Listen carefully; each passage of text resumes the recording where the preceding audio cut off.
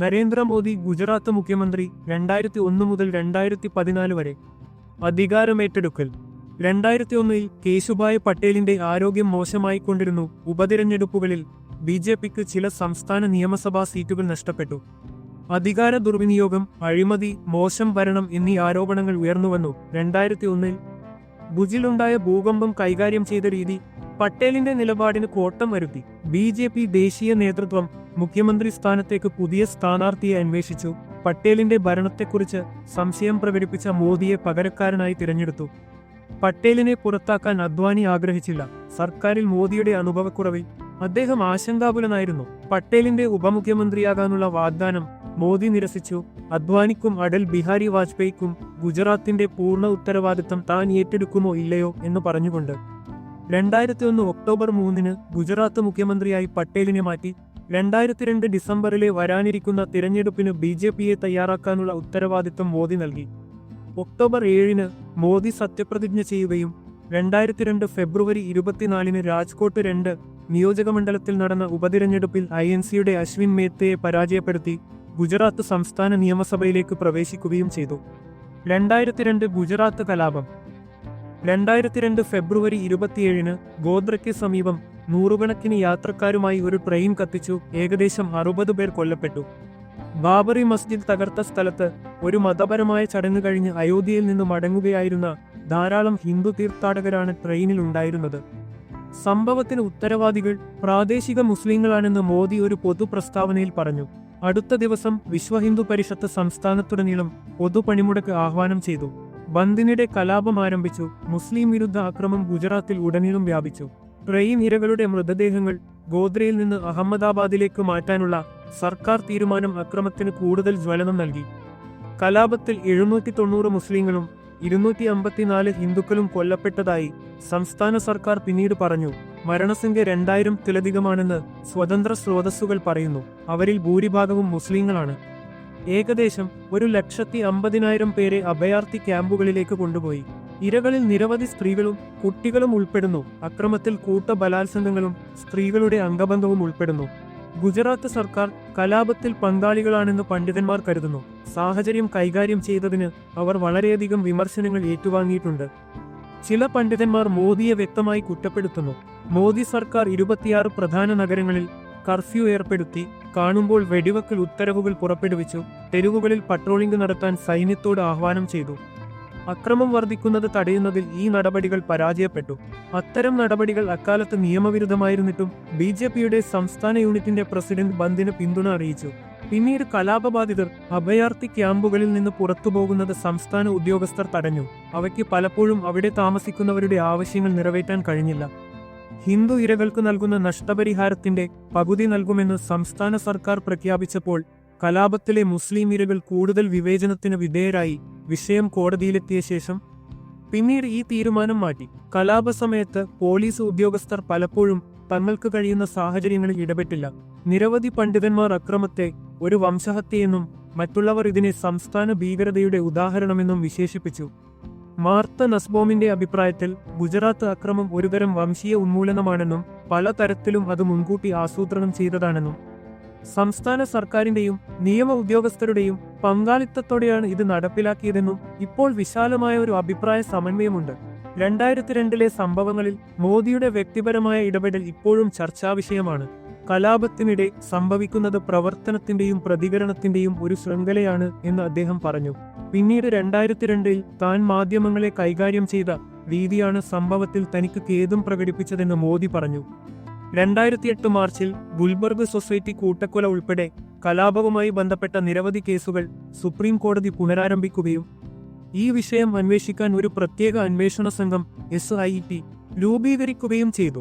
2009 ഏപ്രിലിൽ ഗുൽബർഗ് സൊസൈറ്റി കൂട്ടക്കൊലയിൽ കൊല്ലപ്പെട്ട എഹ്സാൻ ജാഫ്രിയുടെ വിധവയായ സാക്കിയ ജാഫ്രിയുടെ ഹർജിക്ക് മറുപടിയായി കൊലപാതകങ്ങളിൽ മോദിയുടെ പങ്കാളിത്തം അന്വേഷിക്കാൻ കോടതി SITയോട് ആവശ്യപ്പെട്ടു. 2010 മാർച്ചിൽ SIT മോദിയെ ചോദ്യം ചെയ്തു. മെയ് മാസത്തിൽ അദ്ദേഹത്തിനെതിരെ തെളിവുകളില്ലെന്ന് കണ്ടെത്തിയ ഒരു റിപ്പോർട്ട് കോടതിയിൽ സമർപ്പിച്ചു. 2011 ജൂലൈയിൽ കോടതി നിയമിച്ച അമിക്കസ് ക്യൂറി രാജു രാമചന്ദ്രൻ തന്റെ അന്തിമ റിപ്പോർട്ട് കോടതിയിൽ സമർപ്പിച്ചു. SITയുടെ നിലപാടിന് വിരുദ്ധമായി ലഭ്യമായ തെളിവുകളുടെ അടിസ്ഥാനത്തിൽ മോദിയെ പ്രോസിക്യൂട്ട് ചെയ്യാമെന്ന് രാമചന്ദ്രൻ പറഞ്ഞു. സുപ്രീം കോടതി വിഷയം മജിസ്ട്രേറ്റ് കോടതിയിലേക്ക് അയച്ചു. SIT രാമചന്ദ്രന്റെ റിപ്പോർട്ട് പരിശോധിക്കുകയും 2012 മാർച്ചിൽ കേസ് അവസാനിപ്പിക്കാൻ ആവശ്യപ്പെടുകയും ചെയ്തു. ഇതിന് മറുപടിയായി സാക്കിയ ജാഫ്രി ഒരു പ്രതിഷേധ ഹർജി ഫയൽ ചെയ്തു. 2013 ഡിസംബറിൽ മോദിക്കെതിരെ തെളിവുകളില്ലെന്ന് SITയുടെ കണ്ടെത്തൽ അംഗീകരിച്ചുകൊണ്ട് മജിസ്ട്രേറ്റ് കോടതി പ്രതിഷേധ ഹർജി തള്ളി. 2022 കലാപത്തിൽ മോദിക്ക് SIT നൽകിയ ക്ലീൻ ചിറ്റിനെ ചോദ്യം ചെയ്ത് സാക്കിയ ജാഫ്രി നൽകിയ ഹർജി സുപ്രീം കോടതി തള്ളിക്കളഞ്ഞു. അദ്ദേഹത്തിനെതിരെ തെളിവുകളൊന്നും കണ്ടെത്തിയില്ലെന്ന മുൻവിധികൾ ശരിവച്ചു. പിന്നീട് മുഖ്യമന്ത്രിയായി. അക്രമത്തെ തുടർന്ന് BJP നയിക്കുന്ന നാഷണൽ ഡെമോക്രാറ്റിക് അലയൻസ് സഖ്യത്തിലെ പങ്കാളികളായ ദ്രാവിഡ മുന്നേറ്റ കഴകം, തെലുങ്കുദേശം പാർട്ടി നേതാക്കൾ ഉൾപ്പെടെയുള്ള രാഷ്ട്രീയക്കാർ സംസ്ഥാനത്തിനകത്തും പുറത്തും മോദി മുഖ്യമന്ത്രി സ്ഥാനം രാജിവെക്കണമെന്ന് ആവശ്യപ്പെട്ടു. പ്രതിപക്ഷ പാർട്ടികൾ ഈ വിഷയത്തിൽ പാർലമെന്റ് സ്തംഭിപ്പിച്ചു. 2002 ഏപ്രിലിൽ ഗോവയിൽ നടന്ന BJP ദേശീയ എക്സിക്യൂട്ടീവ് യോഗത്തിൽ മോദി രാജി സമർപ്പിച്ചെങ്കിലും അത് അംഗീകരിക്കപ്പെട്ടില്ല. നിരവധി വോട്ടർമാർ ഇപ്പോഴും കുടിയിറക്കപ്പെട്ടിട്ടുണ്ടെന്ന് പറഞ്ഞ തിരഞ്ഞെടുപ്പ് കമ്മീഷണറുടെ എതിർപ്പ് വകവയ്ക്കാതെ തിരഞ്ഞെടുപ്പ് 2002 ഡിസംബറിലേക്ക് മാറ്റുന്നതിൽ മോദി വിജയിച്ചു. തിരഞ്ഞെടുപ്പിൽ 182 അംഗ നിയമസഭയിൽ BJP 127 സീറ്റുകൾ നേടി. പ്രചാരണവേളയിൽ മോദി മുസ്ലിം വിരുദ്ധ വാചാടോപങ്ങൾ ഗണ്യമായി ഉപയോഗിച്ചു. വോട്ടർമാർക്കിടയിലെ മതപരമായ ധ്രുവീകരണത്തിൽ നിന്ന് BJP ലാഭം നേടി. ഗുജറാത്തി അഭിമാനത്തിനെതിരായ തന്റെ സർക്കാരിന്റെ വിമർശനത്തെ മോദി ചിത്രീകരിച്ചു. ഇത് BJP സംസ്ഥാന നിയമസഭയിലെ 182 സീറ്റുകളിൽ 127 എണ്ണം 3-2 ഭൂരിപക്ഷം നേടാൻ കാരണമായ ഒരു തന്ത്രമാണ്. കോൺഗ്രസ് സ്ഥാനാർത്ഥി യാദിൻ ഓസയെ പരാജയപ്പെടുത്തി അദ്ദേഹം മണിനഗർ നിയോജകമണ്ഡലത്തിൽ വിജയിച്ചു. 2002 ഡിസംബർ 22 മോദി രണ്ടാം തവണയും സത്യപ്രതിജ്ഞ ചെയ്തു. മോദിയുടെ രണ്ടാം ഭരണകാലത്ത് സർക്കാരിന്റെ വാചാടോപം ഹിന്ദുത്വത്തിൽ നിന്ന് ഗുജറാത്തിന്റെ സാമ്പത്തിക വികസനത്തിലേക്ക് മാറി. ഭാരതീയ കിസാൻ സംഘ്, BKS, വിശ്വ ഹിന്ദു പരിഷത്ത്, VHP തുടങ്ങിയ സംഘപരിവാർ സംഘടനകളുടെ സ്വാധീനം അദ്ദേഹം വെട്ടിക്കുറച്ചു. BKS കർഷക പ്രകടനം നടത്തിയപ്പോൾ സർക്കാർ നൽകിയ വീടുകളിൽ നിന്ന് BKSനെ ഒഴിപ്പിക്കാൻ മോദി ഉത്തരവിട്ടു. ഗാന്ധിനഗറിലെ 200 അനധികൃത ക്ഷേത്രങ്ങൾ പൊളിച്ചുമാറ്റാനുള്ള അദ്ദേഹത്തിന്റെ തീരുമാനം VHPയുമായുള്ള വിള്ളൽ കൂടുതൽ ആഴത്തിലാക്കി. ചില ഹിന്ദു ദേശീയവാദികളുമായി മോദി ബന്ധം നിലനിർത്തി. പുരാതന ഇന്ത്യയിൽ ടെസ്റ്റ് ട്യൂബ് ശിശുക്കൾ ഉൾപ്പെടെയുള്ള സാങ്കേതിക വിദ്യകൾ ഉണ്ടായിരുന്നു എന്ന അശാസ്ത്രീയമായ അവകാശവാദം ഉന്നയിക്കുന്ന ദിനനാഥ് ബത്രയുടെ 2014 പാഠപുസ്തകത്തിന് അദ്ദേഹം ഒരു ആമുഖം എഴുതി. മോദിയുടെ മുസ്ലിങ്ങളുമായുള്ള ബന്ധം വിമർശനത്തിന് ഇരയായിക്കൊണ്ടിരുന്നു. 2004 ഇന്ത്യൻ പൊതുതെരഞ്ഞെടുപ്പിന് മുമ്പ് പ്രധാനമന്ത്രി അടൽ ബിഹാരി വാജ്പേയി അകലം പാലിച്ചു. വടക്കേ ഇന്ത്യൻ മുസ്ലിങ്ങളുമായി ബന്ധപ്പെട്ടു. തുടർന്ന് ഗുജറാത്തിലെ അക്രമത്തെ BJPയുടെ തിരഞ്ഞെടുപ്പ് പരാജയത്തിന് കാരണമായി വാജ്പേയി വിശേഷിപ്പിക്കുകയും കലാപത്തിനു ശേഷം മോദിയെ അധികാരത്തിൽ വിടുന്നത് തെറ്റായിപ്പോയെന്ന് പറയുകയും ചെയ്തു. മുസ്ലിങ്ങളുമായുള്ള മോദിയുടെ ബന്ധത്തെക്കുറിച്ച് പാശ്ചാത്യ രാജ്യങ്ങളും ചോദ്യങ്ങൾ ഉന്നയിച്ചു. ആ രാജ്യത്തെ കമ്മീഷൻ ഓൺ ഇന്റർനാഷണൽ റിലീജിയസ് ഫ്രീഡത്തിന്റെ ശുപാർശകൾ അനുസരിച്ച് US സ്റ്റേറ്റ് ഡിപ്പാർട്ട്മെന്റ് അദ്ദേഹത്തെ അമേരിക്കയിൽ പ്രവേശിക്കുന്നതിൽ നിന്ന് വിലക്കി. ഈ നിയമപ്രകാരം US വിസ നിഷേധിക്കപ്പെട്ട ഒരേയൊരു വ്യക്തി. കലാപത്തിൽ മോദിയുടെ പങ്കിന്റെ പേരിൽ UKയും യൂറോപ്യൻ യൂണിയനും EU മോഡിയെ പ്രവേശിപ്പിക്കാൻ വിസമ്മതിച്ചു. ഇന്ത്യയിൽ മോദി പ്രശസ്തിയിലേക്ക് ഉയർന്നപ്പോൾ UKയും യൂറോപ്യൻ യൂണിയനും യഥാക്രമം 2012 ഒക്ടോബറിലും 2013 മാർച്ചിലും വിലക്കുകൾ നീക്കി. 2014 പ്രധാനമന്ത്രിയായി തിരഞ്ഞെടുക്കപ്പെട്ടതിനു ശേഷം US വിലക്കു നീക്കി അദ്ദേഹത്തെ വാഷിംഗ്ടൺ DC ക്ഷണിച്ചു. 2007 ഗുജറാത്ത് നിയമസഭാ തിരഞ്ഞെടുപ്പിനും 2009 ഇന്ത്യൻ പൊതുതെരഞ്ഞെടുപ്പിനും മുന്നോടിയായി BJP തീവ്രവാദത്തെക്കുറിച്ചുള്ള വാചാടോപം ശക്തമാക്കി. 2002 തീവ്രവാദ നിരോധന നിയമം പോലുള്ള ഭീകരവിരുദ്ധ നിയമനിർമ്മാണം പുനരുജ്ജീവിപ്പിക്കാൻ വിമുഖത കാണിച്ചതിന് പ്രധാനമന്ത്രി മൻമോഹൻ സിംഗിനെ മോദി വിമർശിച്ചു. 2007 മാനുവൽ തോട്ടിപ്പണിയെക്കുറിച്ച് ചർച്ച ചെയ്യുന്ന 101 പേജുള്ള ഒരു ലഘുലേഖയായ കർമ്മയോഗ മോദി എഴുതി. അതിൽ ദലിതരുടെ ഉപജാതിയായ വാൽമീകർക്ക് തോട്ടിപ്പണി ഒരു ആത്മീയ അനുഭവം ആണെന്ന് അദ്ദേഹം പറഞ്ഞു. തിരഞ്ഞെടുപ്പ് പെരുമാറ്റച്ചട്ടം കാരണം ആ സമയത്ത് പുസ്തകം പ്രചരിച്ചിരുന്നില്ല. 2008 നവംബറിലെ മുംബൈ ആക്രമണത്തിനു ശേഷം തീരദേശ നിരീക്ഷണത്തിനായി 30 അതിവേഗ ബോട്ടുകൾ വിന്യസിക്കാൻ ഗുജറാത്ത് സർക്കാർ അനുമതി നൽകി. 2007 ജൂലൈയിൽ ഗുജറാത്ത് മുഖ്യമന്ത്രിയായി മോദി തുടർച്ചയായി 2063 ദിവസം പൂർത്തിയാക്കി. ആ പദവിയിൽ ഏറ്റവും കൂടുതൽ കാലം സേവനമനുഷ്ഠിച്ച വ്യക്തിയായി. ആ വർഷത്തെ തെരഞ്ഞെടുപ്പിൽ BJP 182 സംസ്ഥാന അസംബ്ലി സീറ്റുകളിൽ 122 എണ്ണം നേടി. BJP വ്യക്തമായ ഹിന്ദുത്വത്തിൽ നിന്ന് മാറി നിന്നെങ്കിലും 2007-2012 ഗുജറാത്ത് നിയമസഭാ തിരഞ്ഞെടുപ്പുകളിൽ മോദിയുടെ പ്രചാരണങ്ങളിൽ ഹിന്ദു ദേശീയതയുടെ ഘടകങ്ങൾ ഉണ്ടായിരുന്നു. അദ്ദേഹം ഹിന്ദു മതപരമായ ചടങ്ങുകളിൽ മാത്രമേ പങ്കെടുത്തിരുന്നുള്ളൂ. ഹിന്ദു മതനേതാക്കളുമായി പ്രമുഖ ബന്ധങ്ങളുണ്ടായിരുന്നു. 2012 പ്രചാരണ വേളയിൽ മുസ്ലിം നേതാക്കൾ സമ്മാനിച്ച തൊപ്പി ധരിക്കാൻ മോദി 2 തവണ വിസമ്മതിച്ചു. എന്നിരുന്നാലും ദാവൂദി ബോറയുമായി അദ്ദേഹം ബന്ധം നിലനിർത്തി. അഫ്സൽ ഗുരു, സൊഹ്റാബുദ്ദീൻ ഷെയ്ഖിന്റെ മരണം എന്നിവയുൾപ്പെടെ മതധ്രുവീകരണത്തിന് കാരണമാകുന്ന വിഷയങ്ങളെക്കുറിച്ചുള്ള പരാമർശങ്ങൾ മോദിയുടെ 2012 പ്രചാരണത്തിൽ ഉൾപ്പെടുത്തിയിരുന്നു. 2012 നിയമസഭാ തിരഞ്ഞെടുപ്പിൽ BJP ഒരു മുസ്ലിം സ്ഥാനാർത്ഥിയെയും നാമനിർദ്ദേശം ചെയ്തില്ല. 2012 പ്രചാരണ വേളയിൽ അടിയന്തരാവസ്ഥക്കാലത്ത് ഇന്ദിരാഗാന്ധി ഉപയോഗിച്ചതിന് സമാനമായ ഒരു തന്ത്രമായ ഗുജറാത്ത് സംസ്ഥാനവുമായി സ്വയം തിരിച്ചറിയാൻ മോദി ശ്രമിച്ചു. കൂടാതെ ഇന്ത്യയുടെ മറ്റ് ഭാഗങ്ങളിൽ നിന്നുള്ള പീഡനങ്ങളിൽ നിന്ന് ഗുജറാത്തിനെ സംരക്ഷിക്കുന്നതായി സ്വയം പ്രദർശിപ്പിച്ചു. 2012 ഗുജറാത്ത് നിയമസഭാ തിരഞ്ഞെടുപ്പിനുള്ള പ്രചാരണ വേളയിൽ മോദി ഹോളോഗ്രാമുകളും മറ്റ് സാങ്കേതിക വിദ്യകളും വ്യാപകമായി ഉപയോഗിച്ചു. ഇത് ധാരാളം ആളുകളിലേക്ക് എത്തിച്ചേരാൻ അദ്ദേഹത്തെ അനുവദിച്ചു. 2014 പൊതുതെരഞ്ഞെടുപ്പിലും അദ്ദേഹം ഇത് ആവർത്തിച്ചു. INCയുടെ ശ്വേത ഭട്ടിനെ പരാജയപ്പെടുത്തി മോദി മണിനഗർ നിയോജകമണ്ഡലത്തിൽ വിജയിച്ചു. 182 സീറ്റുകളിൽ 115 എണ്ണവും BJP നേടി. അദ്ദേഹത്തിന്റെ ഭരണകാലത്ത് ഭൂരിപക്ഷം തുടർന്നു. ഇന്ത്യയുടെ പ്രധാനമന്ത്രിയായി തിരഞ്ഞെടുക്കപ്പെട്ടതിനു ശേഷം ഗുജറാത്ത് മുഖ്യമന്ത്രി സ്ഥാനവും മണിനഗറിലെ MLA സ്ഥാനവും മോദി രാജിവെച്ചു. ആനന്ദിബെൻ പട്ടേൽ മോദിയുടെ പിൻഗാമിയായി മുഖ്യമന്ത്രിയായി. വികസന പദ്ധതികൾ. മുഖ്യമന്ത്രി എന്ന നിലയിൽ മോദി സ്വകാര്യവൽക്കരണത്തെയും ചെറുകിട സർക്കാരിനെയും അനുകൂലിച്ചു. ഇത് സാധാരണയായി സ്വകാര്യവൽക്കരണ വിരുദ്ധവും ആഗോളവൽക്കരണ വിരുദ്ധവുമായി വിശേഷിപ്പിക്കപ്പെടുന്ന RSSന്റെ തത്വചിന്തയ്ക്ക് വിരുദ്ധമായിരുന്നു. ഗുജറാത്തിൽ അഴിമതി കുറയ്ക്കാൻ മോദിയുടെ 2ാം ഭരണകാലത്തെ നയങ്ങൾ സഹായിച്ചു. അദ്ദേഹം സംസ്ഥാനത്ത് സാമ്പത്തിക സാങ്കേതിക പാർക്കുകൾ സ്ഥാപിച്ചു. 2007 വൈബ്രന്റ് ഗുജറാത്ത് ഉച്ചകോടിയിൽ 6.6 ട്രില്യൺ ഇന്ത്യൻ രൂപ, 20 ട്രില്യൺ അല്ലെങ്കിൽ 2023 $230 ബില്യൺ തുല്യം മൂല്യമുള്ള റിയൽ എസ്റ്റേറ്റ് നിക്ഷേപ കരാറുകൾ ഒപ്പുവെച്ചു. പട്ടേലിന്റെയും മോദിയുടെയും നേതൃത്വത്തിലുള്ള സർക്കാരുകൾ ഭൂഗർഭജല സംരക്ഷണ പദ്ധതികൾ സൃഷ്ടിക്കുന്നതിൽ NGOകളെയും സമൂഹങ്ങളെയും പിന്തുണച്ചു. 2008 ഡിസംബറോടെ 5 ലക്ഷം ഘടനകൾ നിർമ്മിക്കപ്പെട്ടു. അതിൽ 1,13,738 എണ്ണം ചെക്ക് ഡാമുകളായിരുന്നു. അവയ്ക്ക് താഴെയുള്ള ജലാശയങ്ങൾ റീചാർജ് ചെയ്യാൻ സഹായിച്ചു. 2004 ജലവിധാനം പറ്റിയ 112 തഹസിലുകളിൽ 60 എണ്ണം 2010 ആയപ്പോഴേക്കും സാധാരണ ഭൂഗർഭജലനിരപ്പ് വീണ്ടെടുത്തു. തൽഫലമായി ജനിതകമാറ്റം വരുത്തിയ പരുത്തിയുടെ സംസ്ഥാന ഉൽപാദനം വർദ്ധിച്ച് ഇന്ത്യയിലെ ഏറ്റവും വലിയ ഒന്നായി മാറി. പരുത്തി ഉൽപാദനത്തിലെയും അതിന്റെ അർദ്ധവരണ്ട ഭൂവിനിയോഗത്തിലെയും കുതിച്ചുചാട്ടം 2001 മുതൽ 2007 വരെ ഗുജറാത്തിന്റെ കാർഷിക മേഖല ശരാശരി 9.6% നിരക്കിൽ വളരാൻ കാരണമായി. സർദാർ സരോവർ അണക്കെട്ട് പോലുള്ള മധ്യ തെക്കൻ ഗുജറാത്തിലെ പൊതുജലസേചന നടപടികൾ അത്ര വിജയിച്ചില്ല. സർദാർ സരോവർ പദ്ധതി ഉദ്ദേശിച്ച പ്രദേശത്തിന്റെ 4 മുതൽ 6% വരെ മാത്രമേ ജലസേചനം നടത്തിയുള്ളൂ.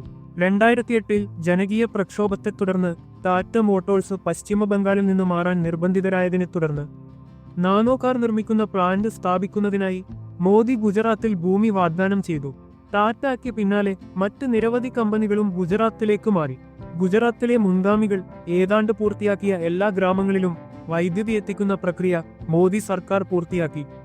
കർഷകരെ വളരെയധികം സ്വാധീനിച്ച സംസ്ഥാനത്തിന്റെ വൈദ്യുതി വിതരണ സംവിധാനത്തിൽ മോദി കാര്യമായ മാറ്റം വരുത്തി.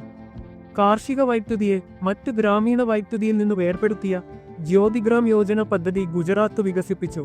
കാർഷിക വൈദ്യുതി ഷെഡ്യൂൾ ചെയ്ത ജലസേചന ആവശ്യങ്ങൾ നിറവേറ്റുന്നതിനായി റേഷൻ ചെയ്തു. ഇത് ചെലവ് കുറച്ചു. വൈദ്യുതി വിതരണം സുസ്ഥിരമാക്കിയതായി ഗുണഭോക്താക്കൾ കണ്ടെത്തിയപ്പോൾ കർഷകരുടെ ആദ്യകാല പ്രതിഷേധങ്ങൾ അവസാനിച്ചു. എന്നാൽ ഒരു വിലയിരുത്തൽ പഠനമനുസരിച്ച് ചെറുകിട കർഷകരെയും തൊഴിലാളികളെയും പണയപ്പെടുത്തി കോർപ്പറേഷനുകളും വൻകിട കർഷകരും ഈ നയത്തിൽ നിന്ന് പ്രയോജനം നേടി. വികസന ചർച്ച. മോദി മുഖ്യമന്ത്രിയായിരുന്ന കാലത്ത് ഗുജറാത്തിന്റെ സാമ്പത്തിക വികസനം വിലയിരുത്തുന്നതിനെ ചുറ്റിപ്പറ്റി ഒരു തർക്കവിഷയമായ ചർച്ചയുണ്ട്. അദ്ദേഹത്തിന്റെ ഭരണകാലത്ത് സംസ്ഥാനത്തിന്റെ മൊത്ത ആഭ്യന്തര ഉൽപാദനം GDP വളർച്ചാ നിരക്ക് ശരാശരി 10% ആയിരുന്നു. മറ്റ് ഉയർന്ന വ്യാവസായിക സംസ്ഥാനങ്ങളുടേതിന് സമാനമായ നിരക്കാണിത്. മൊത്തത്തിൽ ഇന്ത്യയേക്കാൾ മുകളിലാണ്. മോദി അധികാരമേൽക്കുന്നതിനു മുമ്പ് 1990കളിൽ ഗുജറാത്തിന് ഉയർന്ന സാമ്പത്തിക വളർച്ചാ നിരക്ക് ഉണ്ടായിരുന്നു. അദ്ദേഹത്തിന്റെ ഭരണകാലത്ത് വളർച്ച വലിയ വേഗത കൈവരിച്ചില്ലെന്ന് ചില പണ്ഡിതന്മാർ പ്രസ്താവിച്ചിട്ടുണ്ട്.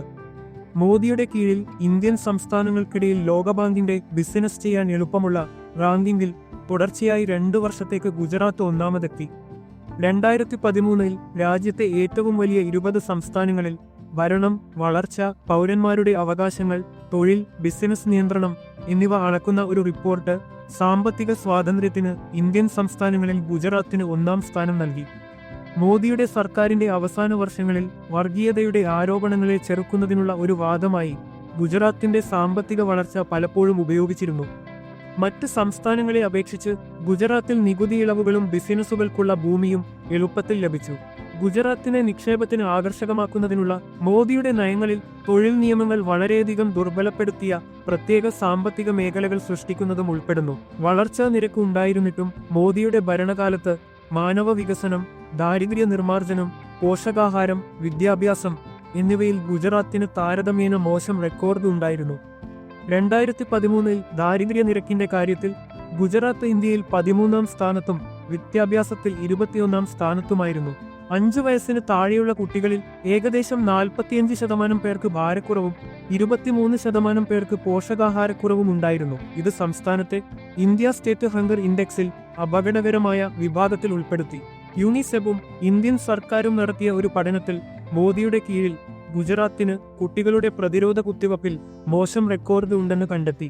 2001 മുതൽ 2011 വരെ ദാരിദ്ര്യത്തിന്റെയും സ്ത്രീ സാക്ഷരതയുടെയും കാര്യത്തിൽ രാജ്യത്തിന്റെ മറ്റു ഭാഗങ്ങളുമായി താരതമ്യപ്പെടുത്തുമ്പോൾ ഗുജറാത്ത് അതിന്റെ സ്ഥാനം മാറ്റിയില്ല. 29 ഇന്ത്യൻ സംസ്ഥാനങ്ങളുടെ ശരാശരിക്ക് അടുത്താണ് ഇത്. ശിശുമരണ നിരക്കിൽ നേരിയ പുരോഗതി കാണിക്കുകയും വ്യക്തിഗത ഉപഭോഗവുമായി ബന്ധപ്പെട്ട അതിന്റെ സ്ഥാനം കുറയുകയും ചെയ്തു. ഗുജറാത്തിലെ സർക്കാർ സ്കൂളുകളിലെ വിദ്യാഭ്യാസ നിലവാരം പല ഇന്ത്യൻ സംസ്ഥാനങ്ങളെക്കാളും താഴെയാണ്. സംസ്ഥാന സർക്കാരിന്റെ സാമൂഹിക നയങ്ങൾ പൊതുവെ മുസ്ലിങ്ങൾക്കും ദലിതർക്കും ആദിവാസികൾക്കും ഗുണം ചെയ്തില്ല. കൂടാതെ പൊതുവെ സാമൂഹിക അസമത്വങ്ങൾ വർദ്ധിച്ചു. ഗുജറാത്തിലെ വികസനം പൊതുവെ നഗര മധ്യവർഗത്തിൽ മാത്രമായി പരിമിതപ്പെടുത്തി. ഗ്രാമപ്രദേശങ്ങളിലെയും താഴ്ന്ന ജാതികളിൽ നിന്നുള്ളവരും കൂടുതൽ പാർശ്വവൽക്കരിക്കപ്പെട്ടു. 2013 മാനവ വികസന സൂചികയിൽ സംസ്ഥാനം 21 ഇന്ത്യൻ സംസ്ഥാനങ്ങളിൽ 10ാം സ്ഥാനത്തെത്തി. മോദിയുടെ കീഴിൽ സംസ്ഥാന സർക്കാർ വിദ്യാഭ്യാസത്തിനും ആരോഗ്യ സംരക്ഷണത്തിനുമായി ദേശീയ ശരാശരിയേക്കാൾ കുറവാണ് ചെലവഴിച്ചത്. കൈക്കൂലി ആരോപണങ്ങൾ 2013 2014 നടത്തിയ റെയ്ഡുകളിൽ സഹാറ ഗ്രൂപ്പ്, ആദിത്യ ബിർള ഗ്രൂപ്പ് എന്നീ 2 വൻകിട ഇന്ത്യൻ കമ്പനികളിൽ നിന്ന് ചില ഡയറികൾ CBI പിടിച്ചെടുത്തു. BJP, കോൺഗ്രസ്, JDU, BJD തുടങ്ങിയ 18 രാഷ്ട്രീയ പാർട്ടികളിലെ നേതാക്കൾക്ക് പണം നൽകിയതായി ആരോപിക്കപ്പെടുന്ന പരാമർശങ്ങൾ ഈ ഡയറികളിലുണ്ടായിരുന്നു. ഗുജറാത്ത് മുഖ്യമന്ത്രി, അഹമ്മദാബാദ് മോദിജി എന്നിവയെക്കുറിച്ച് പരാമർശിക്കുന്ന ചില എൻട്രികളും ഇവയിൽ ഉൾപ്പെടുന്നു.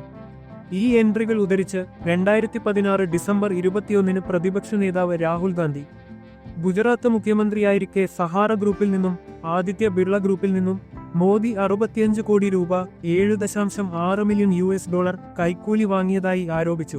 2016 നവംബറിൽ മോദി ഉൾപ്പെടെയുള്ള ചില മുതിർന്ന പൊതുപ്രവർത്തകർക്ക് കൈക്കൂലി നൽകിയതായി ആരോപിക്കപ്പെടുന്ന പണം അന്വേഷിക്കണമെന്ന് ആവശ്യപ്പെട്ട് അഭിഭാഷകൻ പ്രശാന്ത് ഭൂഷൺ സുപ്രീം കോടതിയിൽ ഒരു ഹർജി ഫയൽ ചെയ്തിരുന്നു. നൽകിയ തെളിവുകൾ അപര്യാപ്തമാണെന്ന് പറഞ്ഞ് ജസ്റ്റിസ് അരുൺകുമാർ മിശ്രയുടെ നേതൃത്വത്തിലുള്ള സുപ്രീം കോടതി ബെഞ്ച് 2017 ജനുവരിയിൽ ഹർജി തള്ളി. പിന്നീട് സുപ്രീം കോടതിയിലെ തന്റെ സേവനകാലത്ത് നിരവധി വിധിന്യായങ്ങളിൽ മോദി സർക്കാരിനൊപ്പം നിന്നതിന് ഒരു വിഭാഗം അഭിഭാഷകരും ആക്ടിവിസ്റ്റുകളും ജസ്റ്റിസ് മിശ്രയെ വിമർശിച്ചു. സഹാറ ബിർള ഡയറി കുറിപ്പുകളുടെ അന്വേഷണം സുപ്രീം കോടതി എങ്ങനെ മൂടിവച്ചു എന്ന് ദി വയർ ചോദ്യം ചെയ്തു.